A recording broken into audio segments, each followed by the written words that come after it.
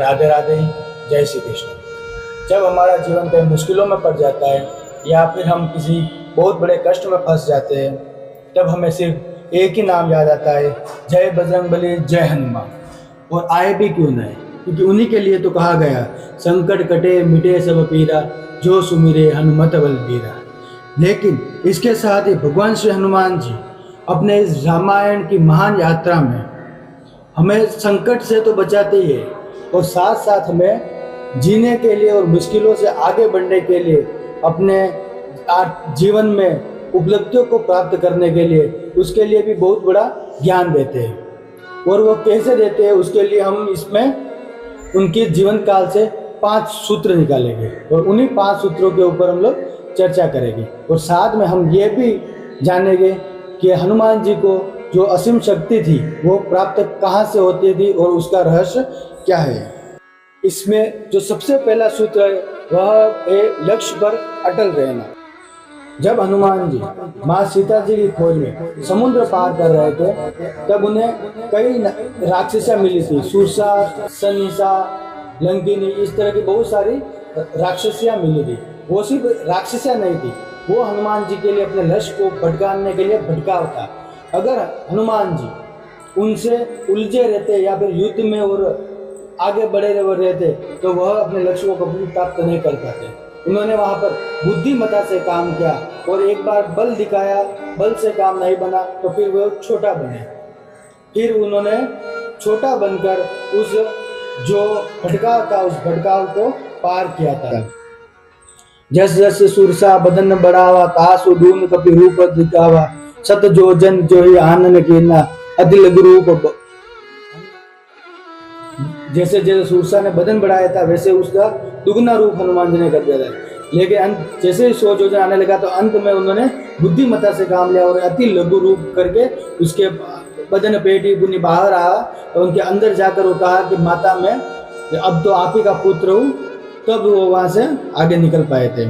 तो इस तरह हमें अपने जो भटकाव है उनको हमें न्यूनतम करना पड़ेगा, उनको हमें बुद्धिमानी से पार करना पड़ेगा, तो हम उसी तरह से आगे सफल हो पाएंगे।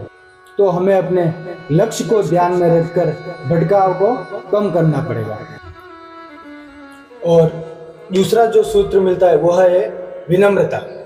असीम शक्ति के मालिक फिर भी विनम्र। आप उस समय की कल्पना कीजिए जब हनुमान जी माता सीता से अशोक वाटिका में पहली बार मिले थे। वह चाहते तो वहां पर गरज कर या बल से अपना परिचय दे सकते थे, लेकिन उन्होंने ऐसा नहीं किया।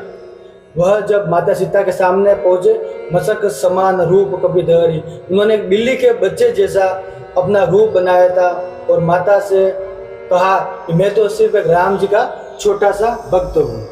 जब माता सीता ने उनको पूछा कि सब तुम्हारे जैसे ही है आपकी राम सेना में, तब उन्होंने कहा मोर हृदय परम संदेहा, सुनि कपि प्रगट कीन निज देहा, कनक बुधरा कार शरीरा, समर भयंकर अति बल वीरा। वो जब माता सीता माता ने पूछा था तब उन्होंने अपने आप का रूप बढ़ाकर दिखाया था। तो हमें इससे यह शिक्षा मिलती है कि असली शक्ति कभी शोर नहीं मचाती। फलदार वृक्ष हमेशा झुक जाया करते हैं और सफलता के बाद हर व्यक्ति विनम्र हो जाया करता है। तीसरा जो सूत्र है वह है प्रभावी संवाद कला, बोलने की टेक्निक। जब माता सीता अशोक वाटिका में बहुत सीता भयभीत थी, तब रावण कई बार उनके सामने अलग अलग भेष बनाकर आ चुका था। तो ऐसे में माता सीता एक अनजान व्यक्ति पर कैसे भरोसा करती। तब हनुमान जी ने ऐसी भाषा का प्रयोग किया कि उनका भरोसा जीत सके। उन्होंने संवाद की शुरुआत कोमल स्वर और राम कथा से की। हमारा संवाद सिर्फ बोलना ही नहीं, विश्वास पैदा करता है। अपने शब्दों का चयन ऐसा करिए कि हमें कब क्या किस स्थिति में कैसा बोलना है जिससे सामने वाला का भरोसा जीत सके। और वही हनुमान जी ने जीता था। कपि के बचन सब प्रेम सुनी, उपजा मन विश्वास, जाना मन क्रम वचन कृपा सिंधु करदास। तब माता ने उन पर भरोसा किया था। इससे उन्होंने मधुर वचन बोले थे कि माता को उन पर पूरी तरह से विश्वास हो गया था। चौथा जो हमें सूत्र मिलता है वह है पूर्ण रूप से समर्पण, जिम्मेदारी के प्रति पूर्ण समर्पण। जब लक्ष्मण जी मूर्छित हो गए थे और संजीवनी बूटी चाहिए थी तो हनुमान जी पहाड़ पर पहुंचे और वहां पर संजीवनी बूटी की पहचान नहीं कर पाए। तब वो वहां पर हाथ रखकर बैठ गए। नहीं, उन्होंने ऐसा नहीं किया।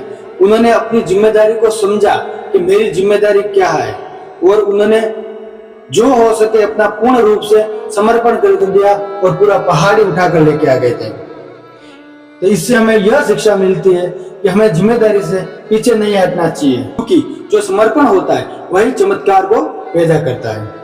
पांचवा सूत्र, जो हनुमान जी की सफलता की मुख्य नींव है, और इसी से हनुमान जी महाराज को इतना बल मिलता है, इतनी शक्ति मिलती है और इतनी सफलताएं प्राप्त हुई, क्योंकि हनुमान जी इस रामायण जी की महान यात्रा में कुछ भी अपने लिए नहीं कर रहे थे।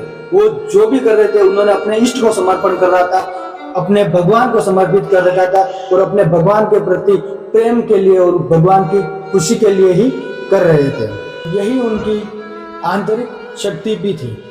जब हम किसी बड़ी चीज जैसे परिवार, समाज, भक्ति, भगवान, इन सब चीजों में समर्पित हो जाते हैं और कोई भी कार्य करते हैं तो हमारी ऊर्जा कभी भी खत्म नहीं होती और हमें निरंतर उससे ऊर्जा मिलती रहती है और हम आगे बढ़ते रहते हैं। जिस तरह से हनुमान जी को निरंतर अपने इष्ट से ऊर्जा मिलती रही थी और उन्होंने सफलताएं प्राप्त करी थी। आशा है आपको हनुमान जी के जीवन के पांचों सूत्र, लक्ष्य, विनम्रता, संवाद कला, पूर्ण समर्पण और निष्ठा सभी पसंद आए होंगे और इन्हें आप अपने जीवन में उतारेंगे ताकि हम भी हर मुश्किलों का हल पा सके और आगे बढ़ सके। जय श्री कृष्ण, राधे राधे।